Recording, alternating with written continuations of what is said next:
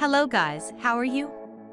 I hope so. Today we are going to learn more about the Lotus Elise's 2026 electric successor, but before I have to ask you to subscribe and leave your like, let's go to the video.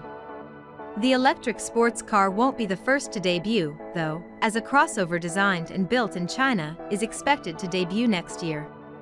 So far only one serious sports car manufacturer has taken up the challenge of making an electric vehicle. We are, of course, talking about Porsche with its Taycan, which is extremely good to drive, in spite of its weight.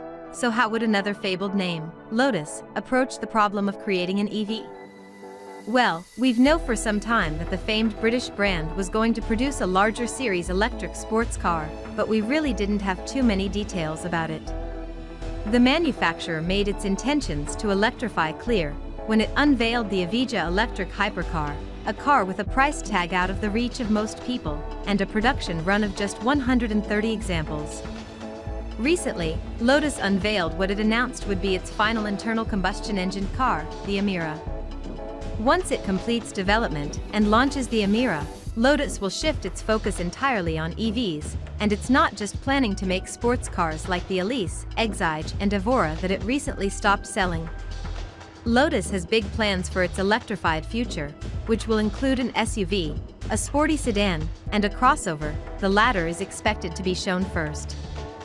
The new EV sports car, known as Type 135, is believed to debut in 2026, and Autocar says the model doesn't yet have a name, but the publication has revealed some more clues. Underpinning the new two-door is a platform called eSports that the source says is around 37% lighter than the same part of the new Emira. From what we understand, the chassis will be centered around a rear subframe that will also have the battery pack as a structural component.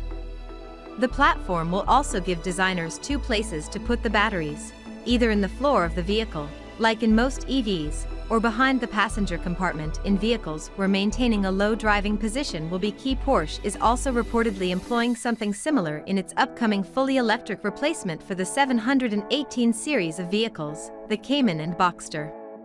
In other words, future sports cars from Lotus will have the batteries stacked behind the driver and passenger, while larger vehicles, those with rear seats, will have them in the floor. The platform will be able to accommodate single or twin motor configurations and power outputs ranging between 467 and 872 horsepower. When it comes to battery capacity, the source article says the smallest battery fitted to the eSports platform will have 66.4 kWh capacity.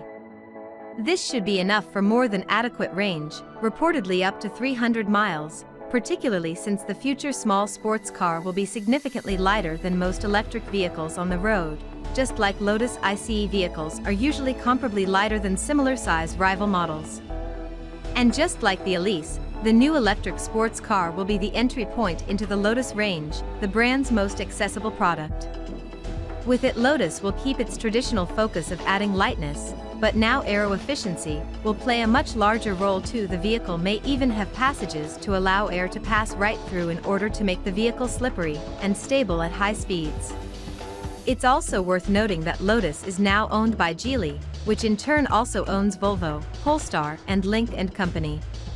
Even though Lotus will design its own platform and powertrain, some sharing of knowledge, and possibly parts, could occur in the new models that it plans on launching. The more practical four-seater models will actually be built at the Lotus Technology HQ in China, and the small crossover model should be shown next year. Thank you so much for watching. Bye.